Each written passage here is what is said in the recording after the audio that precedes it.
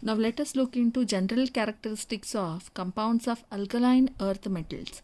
Now as we all know that alkaline earth metals have got an oxidation state of +2, and they form the compounds which are said to be ionic in nature, but they are less ionic than that of alkali metals. This is due to the increased nuclear charge and smaller size. Okay, and the oxides and other compounds of beryllium and magnesium are more covalent than that of calcium, barium and strontium. Now first, if you consider oxides and hydroxide. Now oxygen is said to be a very versatile element. It can react with almost every other element. So alkaline earth metals will react with oxygen to form the oxides of the form MO. Okay, and their oxides are said to be ionic in nature, except beryllium oxide, which is said to be covalent in nature. Oxides of alkaline earth metals are said to be ionic, but beryllium oxide is said to be covalent in nature. Okay, so why the oxides are ionic here? Because alkaline earth metals are said to be highly electropositive in nature, so their oxides are said to be ionic in nature. The oxides of alkaline earth metals are highly stable to heat. Now this is because enthalpies of formation of these oxides are said to be very high. Thus even on heating they do not undergo any chemical change. So they are said to be highly stable to heat. Okay, now why they are stable to heat? Because they have got high enthalpies of formation. The oxides of alkaline earth metals except beryllium are basic. So if you consider the oxides of alkaline earth metals, they are said to be basic in nature except beryllium oxide, which is amphoteric. So other oxides are said to be basic in nature. They will react with the acid to form salt and water. But beryllium oxide is amphoteric in the sense it can act either as a base or it can act either as a acid. Okay. All the oxides of alkaline earth metals except beryllium oxide, if you take, they have got a rock salt structure. This is the structure which is similar to sodium chloride. Okay, so that is called as a rock salt structure. This is what is rock salt structure, which is common. When oxides of alkaline earth metals react with water, they form hydroxides of the form MOH twice. Okay, hydroxides of the alkaline earth metals except beryllium are also basic in nature. So if you consider oxides as well as hydroxides, they are said to be basic in nature except that of beryllium, and basic character of these hydroxides will increase down the group. So basic character will increase down the group from magnesium hydroxide to barium hydroxide. This is because of increasing electropositive character down the group. As the electropositive character increases here, basic character of the hydroxide also increases. Okay. Beryllium hydroxide is said to be amphoteric in nature. Beryllium hydroxide is said to be amphoteric in nature, in the sense it will act both as an acid as well as a base. Okay. Now with acid you can see the reaction here. Okay, and this is the reaction with the base. So it will form a berylate ion. Okay, thermal stability and solubility of hydroxide increases down the group. So thermal stability and solubility will increase down the group.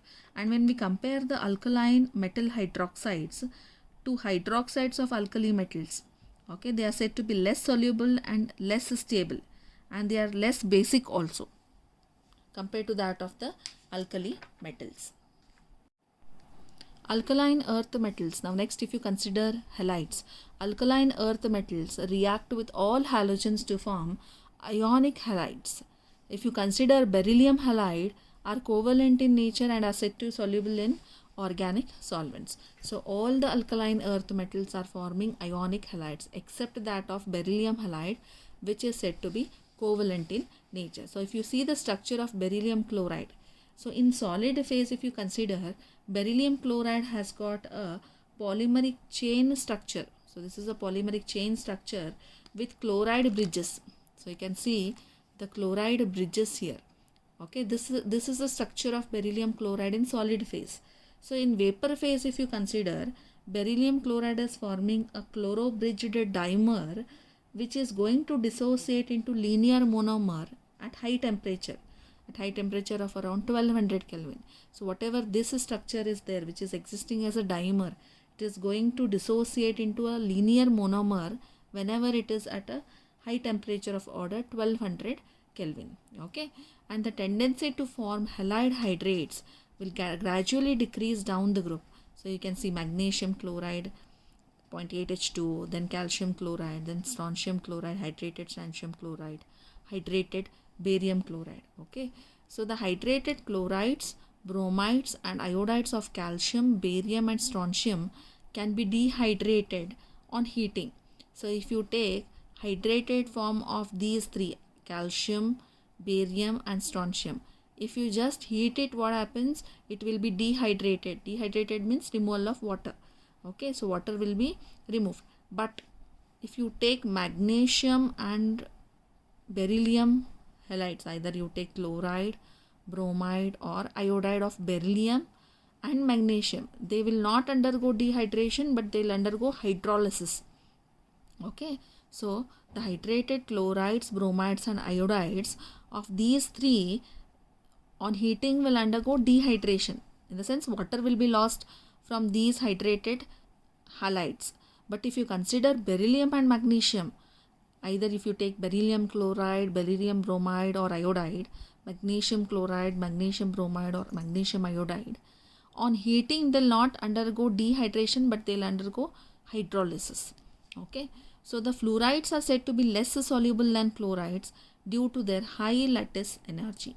So fluorides, if you take, they are said to be less soluble. Now why they are less soluble? Because they have got high lattice energy.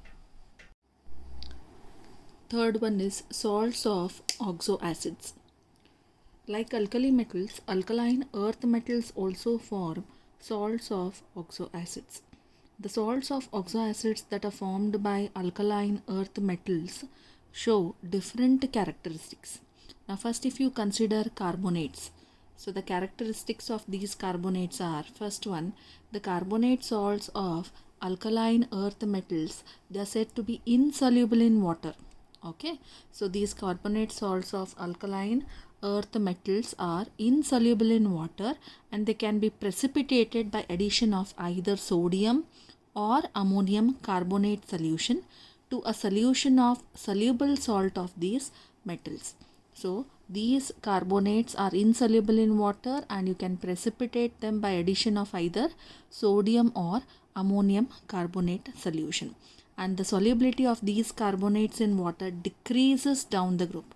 So down the group as we go, solubility of the carbonates in water goes on decreasing. The carbonate salts of alkaline earth metals will decompose on heating to give carbon dioxide and oxide.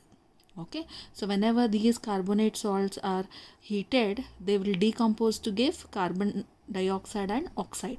For example, if you take carbonates of calcium carbonate, and if you heat it, you will get calcium oxide and carbon dioxide. So alkaline earth metals carbonate salts, if you take and if you heat it on heating, it will give carbon dioxide and oxide. Thermal stability of carbonates increases down the group. So if you go on down the group, thermal stability of these carbonate increases. Beryllium carbonate is highly unstable. Okay, so it is highly unstable to heat and can be kept only in the atmosphere of carbon dioxide. So thermal stability increases with increasing cationic size. As the cationic size increases, thermal stability also tends to increase. Okay, and one more thing you are supposed to remember, beryllium carbonate is kept in the atmosphere of carbon dioxide. Next is sulfates. Now if you consider sulfates of alkaline earth metals, they are said to be occurring in the form of a white solid and are said to be stable to heat. Okay, sulfates of alkaline earth metals, they are soluble in water. If you put it in water, they get soluble. Beryllium sulfate and magnesium sulfate are readily soluble in water because they have high hydration energies. They have got high hydration enthalpy. That's the reason why sulfates of beryllium and sulfates of magnesium are readily soluble in water, and the solubility of these sulfates go on decreasing down the group. So if you take the sulfates of all these alkaline earth metals, solubility tends to decrease down the group. This is the solubility in water. So solubility of these sulfates in water tends to decrease down the group. Next we have nitrates, and when you consider nitrates of alkaline earth metals, they can be made by dissolving carbonates. You take a carbonate and dissolve it in dilute nitric acid. Okay, so whatever the metal nitrate that is formed is in hydrated form. So how you are preparing this? You are taking an alkaline earth metal carbonate and you are treating it with dilute nitric acid. Then you are getting the metal nitrate in hydrated form, and the tendency of hydration decreases down the group. As you go down the group, the tendency of the hydration go on decreasing. And magnesium nitrate, if you consider, magnesium nitrate crystallizes with 6 molecules of water. So MgNO3 twice 0.6H2O. If you consider barium nitrate is occurring in the form of anhydrous salt. Anhydrous salt means without water. So it will crystallize only in the form of BaNO3 twice. So you don't have water attached to this. So it is occurring in the form of anhydrous form. Why? Because down the group, as the size increases, hydration energy decreases. Okay, as the size go on increasing, hydration energy goes on decreasing. Okay, and on heating, all the nitrates will decompose to give oxides. So if you heat a nitrate, you are getting oxide. So if you take a metal nitrate, so here metal, either it can be beryllium, magnesium, calcium, strontium or barium. So if you take a metal nitrate and if you heat it, they will decompose to give oxides. Okay. Next we'll study something about anomalous behavior of beryllium.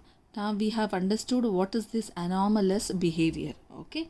Now beryllium being the first member of alkaline earth metals, it will show anomalous behavior. Now what is this anomalous behavior? That is different behavior from rest of the members of its family. Now why it is showing different behavior from rest of the members? You can state 3 reasons here why it is showing different behavior. First is because of the small atomic and ionic size. Beryllium has got a small atomic and ionic size. Second, due to its small size, obviously it will have high ionization energy. Second is high ionization energy. And the third is it doesn't have any d orbitals in its valence shell. So these are the 3 reasons why beryllium is showing different properties from rest of the members of its family. Okay. Now if you consider which are these anomalous properties, first is beryllium is forming covalent compounds. So beryllium forms covalent compounds. Others, if you take other members of that group, forms ionic compounds. Okay. And because of this covalent character, salts of beryllium are easily hydrolyzed. Okay, salts of beryllium, if you consider, they can be easily hydrolyzed. Now second is beryllium does not exhibit coordination number more than 4. Okay, now why it does not exhibit? Because its valence shell has only 4 orbitals. Okay, beryllium does not exhibit coordination number more than 4 because its valence shell has only 4 orbitals. Okay, the remaining elements of the group, if you consider, they show coordination number of 6. Now why they can show coordination number 6? Because they have d orbitals and they'll make use of these d orbitals in addition to s and p orbitals. So the other elements will show coordination number more of 6 because they have got d orbitals in addition to s and p, and that's the reason they can show coordination number of 6. But beryllium is not showing coordination number more than 4 because it doesn't have any d orbitals. Its valence shell has only 4 orbitals. Okay. Now beryllium oxide and hydroxide are said to be amphoteric, whereas oxides and hydroxides of other alkaline earth metals are said to be basic in nature. Okay, so beryllium oxide and hydroxide are amphoteric. The other hydroxides and oxides are said to be basic in nature. Next, we'll see the diagonal relationship between beryllium and aluminium. Now, if you consider the ionic radius of beryllium ion, Be2 plus, it is 31 picometer. Okay, so ionic radius of beryllium ion is 31 picometer, which is nearly same as that of Al3 plus. Okay, hence both beryllium as well as aluminium resembles or shows properties which are similar. Okay, why they are similar? Because its ionic radius of both beryllium as well as aluminium, they are said to be nearly same. Okay, now which are these diagonal relationship? Both beryllium and aluminium are not attacked by acids. Now why they are not attacked by acids? Because they have a protective film of oxide on its surface. Now this protective oxide will not allow the acid to be attacked by these two metals. Okay, so both beryllium and aluminium are not attacked by acids because of a protective film of oxide on its surface. Second, beryllium hydroxide dissolves in excess of alkali to give berylate ion. Now this is your berylate ion. So both these hydroxides, if you take aluminium hydroxide also, it will just give aluminate ion. So both beryllium hydroxide and aluminium hydroxide will dissolve in alkali, excess of alkali, to give berylate ion and aluminate ion. And both beryllium chloride and aluminium chloride have chlorine bridged structure in vapor phase. So if you take chlorides of both beryllium and aluminium, both have got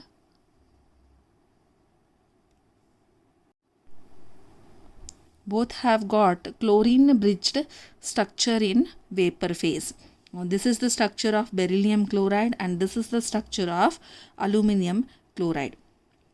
Okay, now these two chlorides, whatever these beryllium chloride and aluminium chloride are there, they are soluble in organic solvents and are acting as a strong Lewis acids, and also they are used as Friedel-Crafts catalyst. You might have seen these aluminium chloride which is used in the Friedel-Crafts reaction as a catalyst, AlCl3.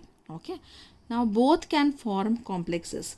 Now because of similar polarizing power of beryllium and aluminium, both beryllium and aluminium can form complexes. So this beryllium is forming a tetrahedral complex BeF4 minus 2 and aluminium is forming an octahedral complex AlF6 3 minus. So because of similar polarizing power, beryllium as well as aluminium are capable to form complexes.